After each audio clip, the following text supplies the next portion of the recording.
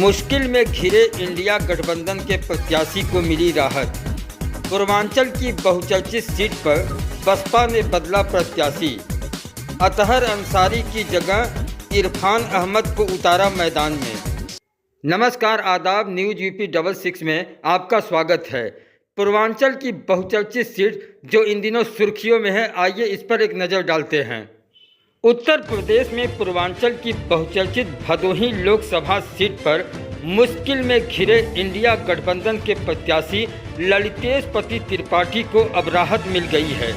बसपा ने यहां अतहर अंसारी की जगह अब इरफान अहमद को मैदान में उतार दिया है। कहा जा रहा है कि अतहर अंसारी के मैदान में रहते मुस्लिम वोटरों में बिखराव हो सकते थे, लेकिन अब एक नए चेहरे के मैदान में आ जाने से इंडिया गठबंधन के प्रत्याशी की राह आसान होती दिख रही है। अतहर अंसारी लंबे समय से बसपा से जुड़े हैं और उनकी पत्नी नरगिस बानो बसपा की सिंबल पर ही भदोही नगर पालिका अध्यक्ष की चुनाव जीती हैं।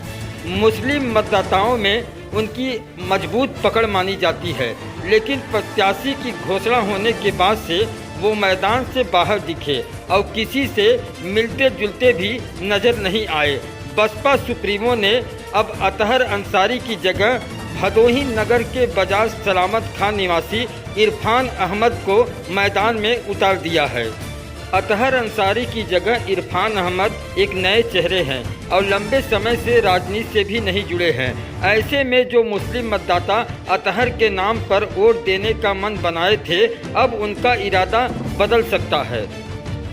अतहर अंसारी के मैदान में आने से इंडिया गठबंधन के प्रत्याशी की बेचैनी बढ़ गई थी, लेकिन जैसे ही इरफान अहमद के मैदान में आने की खबर आई तो ललितेश पति त्रिपाठी अपने आप को राहत महसूस करने लगे, क्योंकि मुस्लिम वोटरों पर उनको काफ़ी भरोसा है और लगातार उनसे संपर्क भी कर रहे हैं।